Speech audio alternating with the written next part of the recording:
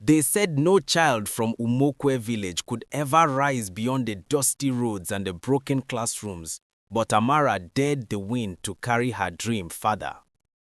Amara was a slim, bright-eyed 17-year-old girl whose laughter often echoed through the cracked walls of St. Teresa's community school. Her mother, Mama Nkem, sold roasted corn by the roadside, her hands darkened by years of smoke and struggle. Yet every evening, Amara studied by lantern light, whispering formulas like prayers. The town mocked her mother's faith. Book no dey cook soup, they'd laugh, but Amara held on. When the scholarship results came, the village square fell silent.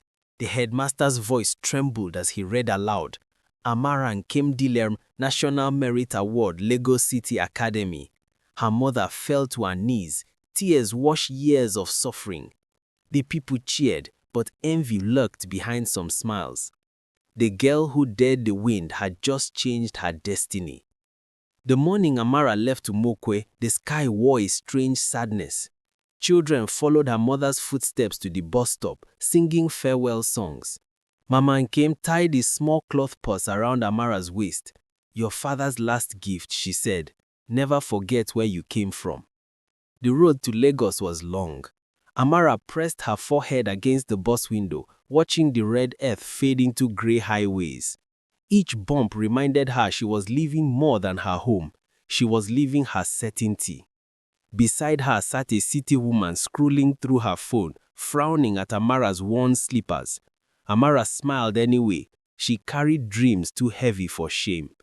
When the city skyline finally appeared, dazzling and strange, Amara whispered, so this is where people find new lives. But she didn't know, sometimes new lives demand you lose a piece of the old one. Lagos City Academy was everything the radio said. Towering buildings, polished floors, and students who spoke English like melody. Amara stood at the gate, clutching her admission papers, while cars rolled in, shining like mirrors. Inside, whispers followed her patched uniform. She must be the scholarship girl, someone giggled. Amara pretended not to hear. Her dorm room smelled of lavender, and her roommates scrolled through expensive phones. That night, she wrote in her journal, if knowledge is truly power, then I must learn until my name sounds like light.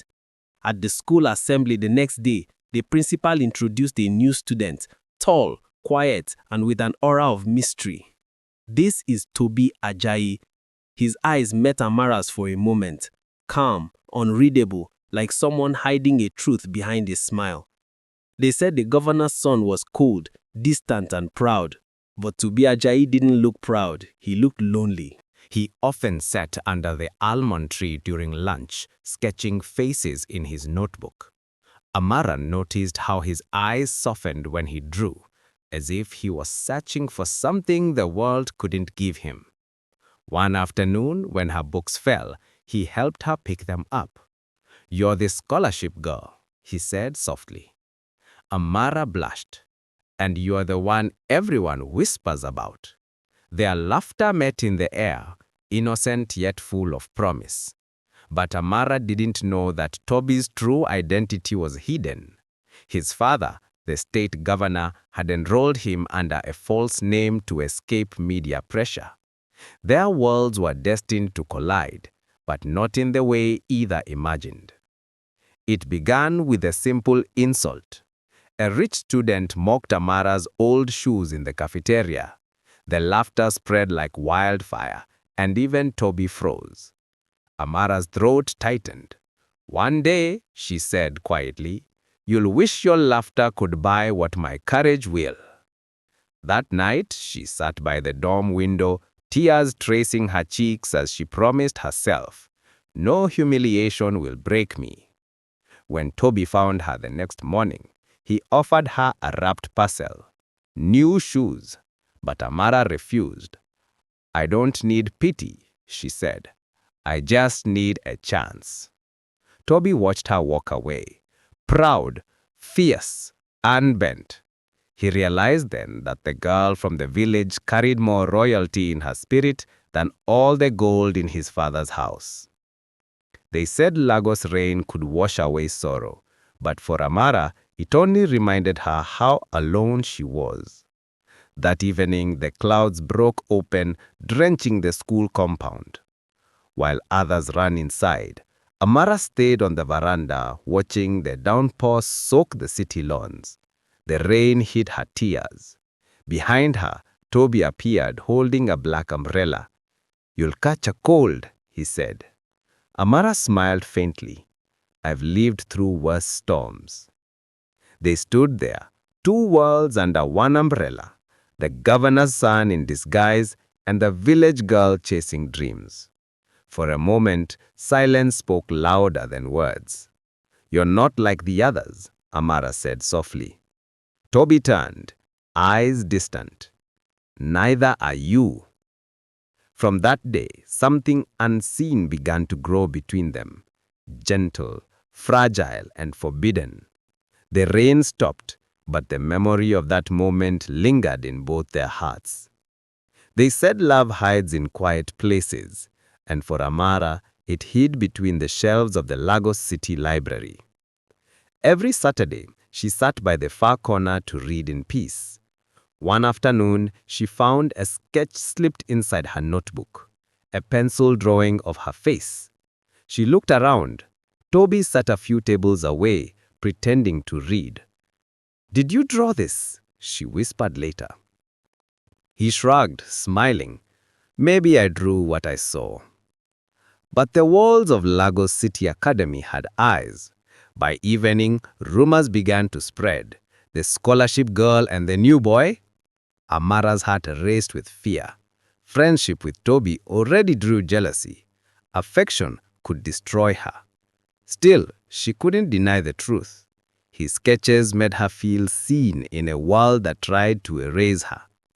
That night, she hid the drawing under her pillow, proof that even in a cold world, warmth could find her. When the governor's convoy rolled into the academy, even the wind stood still. Black SUVs lined the gate and security men filled the compound. The principal beamed with pride, but Toby's eyes darkened. "My father," he whispered. Amara was shocked. "Your father?" she asked, but Toby shook his head. "No one must know." During the governor's speech, Amara stood with other top students, unaware that the man praising education for all was her friend's secret. When their eyes met from afar, Toby's father frowned. He recognized his son, even in disguise. Later that night, Toby confessed everything. "I wanted to know what life is like without my father's name," he said. Amara's heart ached, not from anger, but from understanding. "Now you know how the rest of us live," she said gently. The truth didn't break their bond, it deepened it. But from that day, danger began to circle their friendship. They said jealousy is a silent poison, and at Lagos City Academy, it began to spread. One of Amara's classmates, BC, couldn't stand seeing her near Toby. "How can a village girl steal the attention of a boy like that?" she whispered. Soon, lies began to circulate that Amara used charms, that her scholarship was a fraud. The principal summoned her, demanding an explanation. "Sir, I only study and pray," Amara said, trembling. Even as doubt clouded the staff room, Toby stepped forward. "If she's guilty, then I am too," he said. His boldness silenced the murmurs, but it also exposed their closeness. That night, Amara sat under the almond tree, crying softly. "Why does success invite hatred?" she asked. A breeze passed, carrying the scent of earth after rain. Toby joined her quietly. "Because light always attracts shadows." And just like that, their bond turned from secret friendship to something the whole school could feel, though neither dared to name it yet. They said words written at night carry the weight of truth, and Amara's letter that night carried her heart. Unable to sleep, she wrote to Toby, "You've shown me that even in strange places, kindness exists, but I fear your world will never accept mine. Still, I'm grateful for every moment, even if it must end." The next day, she slipped the folded note into his sketchbook, but before he could read it, BC found it and took photos to spread online. By evening, whisper became wildfire. The scholarship girl writes love letters. Humiliated, Amara ran to the dormitory, face burning. Toby found her crying. "I'll fix this," he said, but she shook her head. No, Tobi, the truth doesn't need fixing, only courage. That night, she stood by the window again, watching the moonlight pour over the campus. She whispered into the quiet, "I will not let shame steal my destiny." And somewhere deep down, she knew this was only the beginning of her greatest test. They said when a poor person stands tall, the rich feel shorter. And that's why Amara's courage became dangerous. The next morning, the principal called an emergency assembly. "Discipline is the pride of this school," he thundered. But before he could finish, Amara stepped forward. Her voice trembled, yet it carried power. "If seeking friendship makes me guilty, then I stand guilty.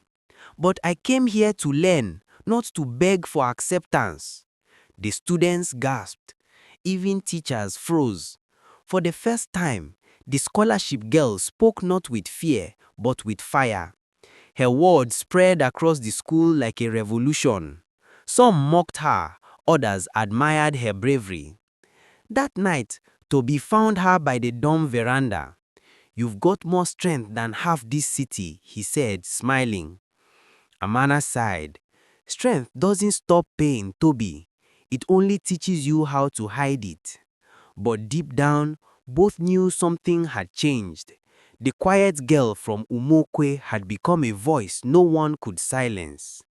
They said secrets have wings, and in Lagos, even walls have eyes. Weeks later, Amara walked into the art studio and found a painting covered with cloth. When she lifted it, her heart nearly stopped. It was her portrait, painted beautifully, proudly by Tobi. She turned and found him standing there, palette in hand. "You made me look royal," she said softly. "Because you are," he replied. But what they didn't know was that someone else had taken a photo of the painting. By evening, the image was circulating online again. "Governor's son paints village girl." The next day, reporters gathered outside the school gate. Tobi's secret identity was exposed. Chaos erupted. Amara's scholarship was suspended for disciplinary review. Her dreams trembled. "Maybe I flew too close to the sun," she whispered as the news spread. They said when pain becomes too heavy, a mother's tears carry the weight of two hearts. Back in Umuokwe, Mama Nkem heard the news on the radio. She sat beside her fire, hands shaking, whispering her daughter's name. That evening, she boarded a bus to Lagos, clutching only her wrapper and faith. When she reached the school, security stopped her, but Amara saw her mother through the gate and ran into her arms. "Mama, I tried my best," she sobbed. Her mother wiped her tears. "My child, no one can bury light. They may cover it, but it will shine again." That night, they prayed together in the school chapel. Even Tobi, watching from afar, felt the power of a mother's love. He realized that true nobility had nothing to do with money. It lived in the hearts of people like Amara and her mother. They said power bends truth. But sometimes, truth bends power. The scholarship board called for a hearing. Amara sat before stern officials, her scholarship hanging by a thread. "You broke the school's image by mingling with a student under false identity," the chairman said coldly. Amara took a deep breath. "Sir, I came here because you promised opportunity, not shame. You said intelligence could change a life. Why punish me for believing you?" Her words echoed through the hall. Before they could reply, the door opened, and Governor Ajayi walked in. "If anyone is guilty, it's me. I sent my son here to learn humility. Instead, this girl taught him grace." Silence filled the room. That day, Amara's scholarship was restored, not out of pity, but out of respect. They said the heart heals faster when the spirit dances, and Lagos City Academy had never seen a dance like this. To celebrate the school's anniversary, a cultural festival was announced. Students wore traditional attire. Drummers filled the courtyard, and laughter returned. Amara wore her mother's Ankara gown, glowing like sunrise. When the music began, Tobi found her in the crowd. "May I have this dance?" he asked. The students whispered, but no one mocked. As the drums rose, Amara and Tobi moved together, two souls from different worlds finding rhythm in forgiveness. When the festival ended, Amara looked to the sky. She said, "Maybe this is what happiness feels like." Tobi smiled. "Happiness isn't a place, Amara. It's the people who see you for who you truly are." And for the first time since she left Omokwe, she believed it.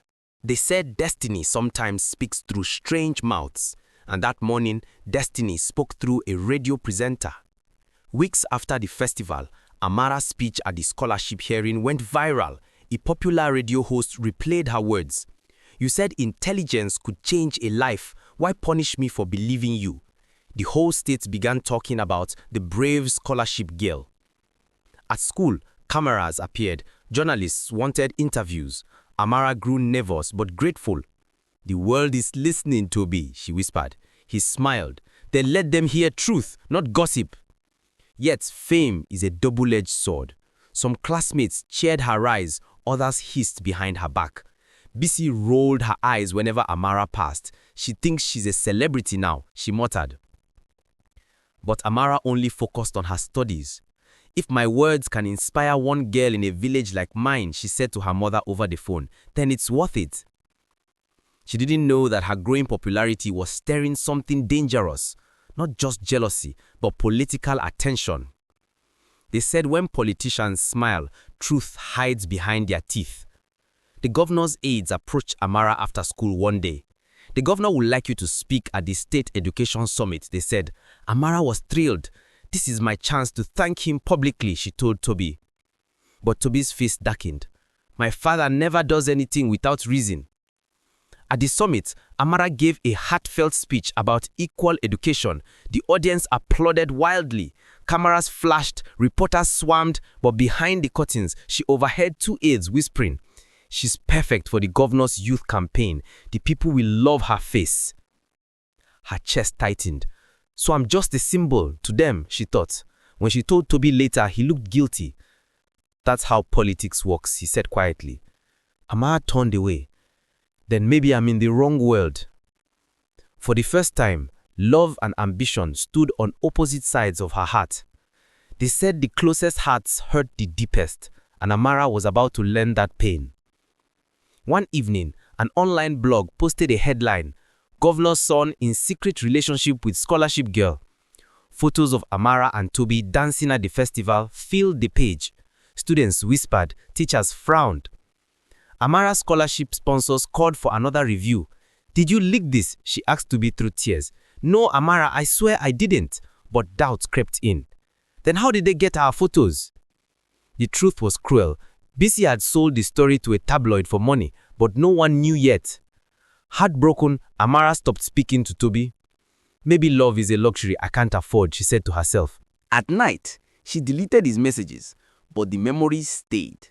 His smile under the rain, his sketches, his faith in her. Sometimes, losing trust feels heavier than losing the dream itself. They said silence can be louder than any voice, and Amara's silence became thunder. For weeks, she avoided everyone, speaking only in class. Her once bright laughter vanished. Even Tobi's eyes followed her like a ghost. "You can't hide from healing," his best friend told him. During an exam, Amara noticed a note slipped under her desk.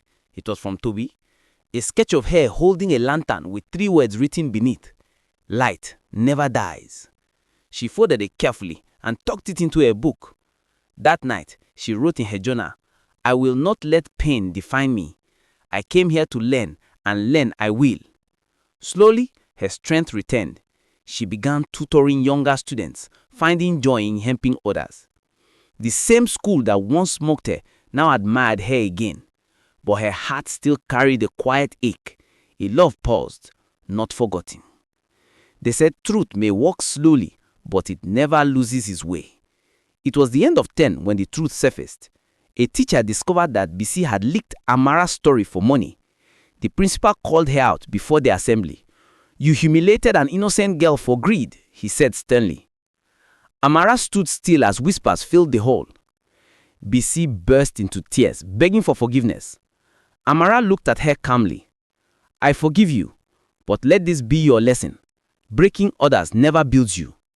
That day, Tobi approached her again, eyes full of regret. He said, "I should have protected you." Amara smiled softly. "You don't protect light, Tobi. You let it shine." As the term ended, she boarded a bus home to Umuokwe, carrying her books and dignity. The city had tested her, scarred her, but also shaped her. And the girl who once studied by lantern now shone like one for others to follow. They said when a child returns from the city, even the dust listens. And that evening, Umuokwe's dust carried songs. The whole village gathered as Amara stepped down from the bus, wearing her neat uniform and a tired smile. Children cheered. Women ululated. "Our daughter has conquered Lagos," someone shouted. Her mother hugged her tightly, tears soaking Amara's shoulder. That night, a small celebration filled their compound. Lanterns glowed, drums played softly. The elders praised her. "You have shown that poverty is not destiny," said the village head. But Amara only smiled humbly. Education is everyone's inheritance. Later, she sat outside, staring at the same stars she once dreamed under. "I've changed, Mama," she whispered, "but I still feel small inside." Mama Nkem smiled.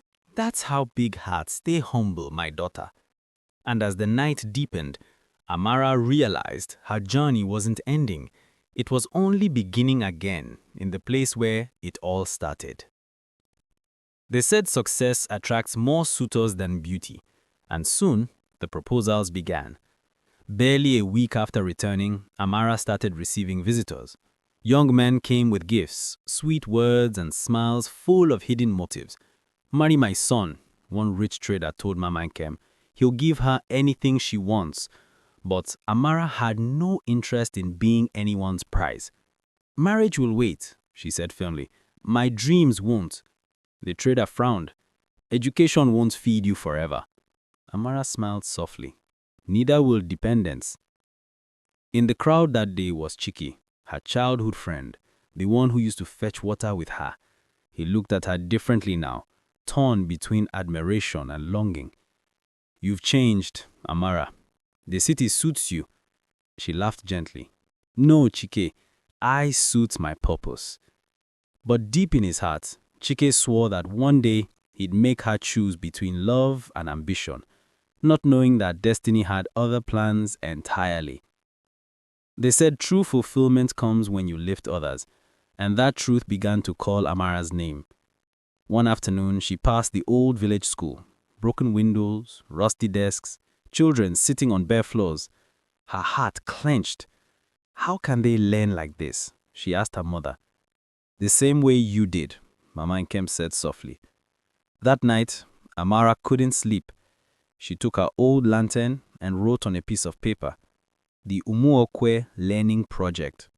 Every child deserves light." Within weeks, she started free evening lessons under a mango tree. At first, only 5 children came, then 10. Soon the whole village gathered at dusk to watch her teach with passion and patience. The same girl once mocked for dreaming now became the dream itself. When she saw those small faces glow with understanding, Amara felt something deeper than pride. Fulfillment, the kind that money couldn't buy and fame couldn't fake. They said love, no matter how far it travels, always finds its road home. One evening, as the sun melted behind the hills, a sleek car stopped near the mango tree. The children whispered, "A visitor." The door opened. It was Tobi. He walked toward Amara, smiling shyly. "Still teaching the world," he said. Amara laughed softly. "Still finding yours?" The eyes met. Quiet, knowing. He had changed. The city polish was still there, but his humility had deepened. He helped her organize school supplies, donated books from the governor's foundation, but never mentioned love. That night, by the fire, he told her, "My father wants to fund your school officially." Amara looked up. "Only if it stays ours, for the children, not for politics." Tobi nodded. "Then that's what it will be." And though the night was quiet, the stars above Umokwe seemed to whisper, "Love isn't always spoken. Sometimes it's simply understood." They said dreams planted in truth never die, and Amara's dream was beginning to bloom. With support from the governor's foundation and her own relentless effort, construction began on a small new classroom beside the old one. The villagers worked together, men digging, women cooking, children singing. The sound of hammers mixed with laughter and hope. During the opening ceremony, Amara stood in front of the crowd, heart full. "Education changed me," she said. "Now it's time for it to change us all." The people cheered. Even her old teacher wiped tears. Tobi watched her from the edge of the crowd, proud and quiet. When she joined him later, she said, "Funny how the girl who left with nothing now returns with purpose." He smiled. "And love," he added softly. Amara looked away, her heart fluttering. "Maybe both," she whispered. And as the school bell rang for the first time, it sounded not just for lessons, but for a new beginning. They said every heart has a price, and the world was about to test Amara's. Months after her new school opened, a wealthy investor from the city visited her. "Your project has potential," he told her smoothly. "Join my education firm in Abuja. We'll pay you well, a house, a car, a name that shines." Amara hesitated. It was everything she had dreamed of, or so it seemed.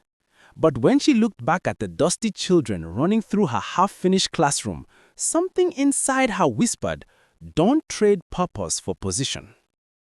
That evening, she told her mother, "They want to buy what I built." Mama Nkem smiled sadly. "Money can build walls, my child, but only love builds people." The next morning, Amara politely declined the offer. The investor sneered, "You will regret it." She smiled. "Maybe, but I'll regret it more if I forget why I started." And in that moment, Amara realized, wealth is not measured by what fills your hands, but by what fills your heart.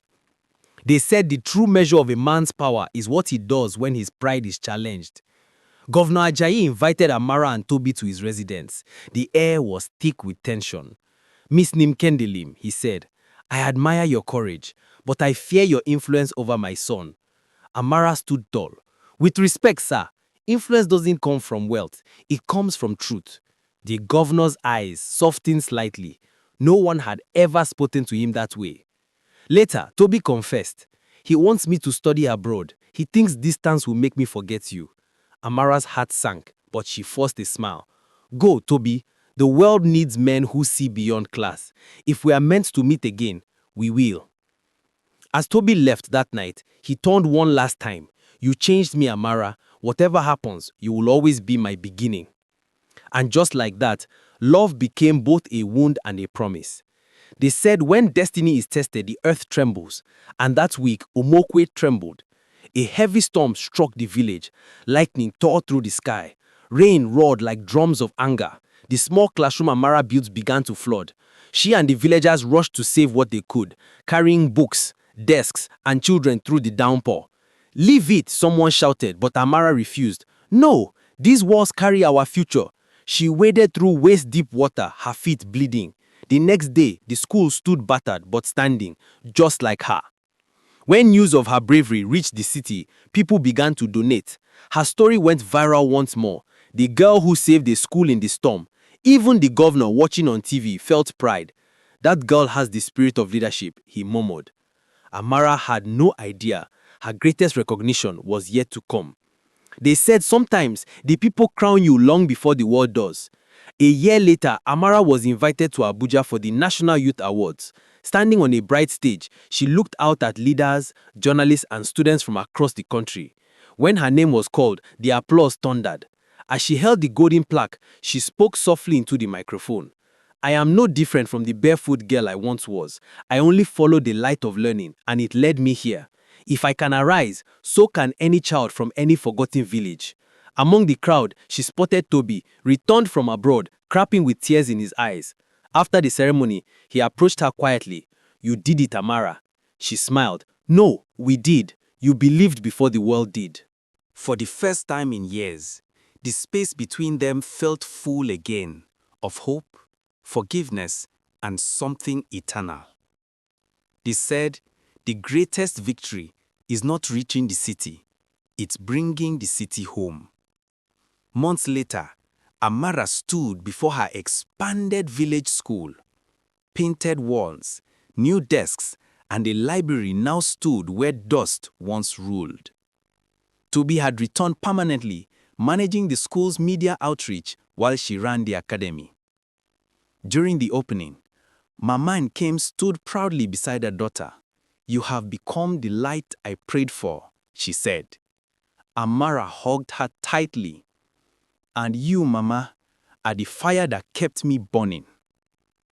That evening, as the sun dipped behind the hills, Amara addressed the crowd.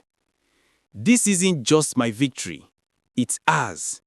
Every child here carries a future brighter than mine. Never stop believing. The people cheered, drums rolled, and laughter filled the air. And under the wide African sky, Amara smiled.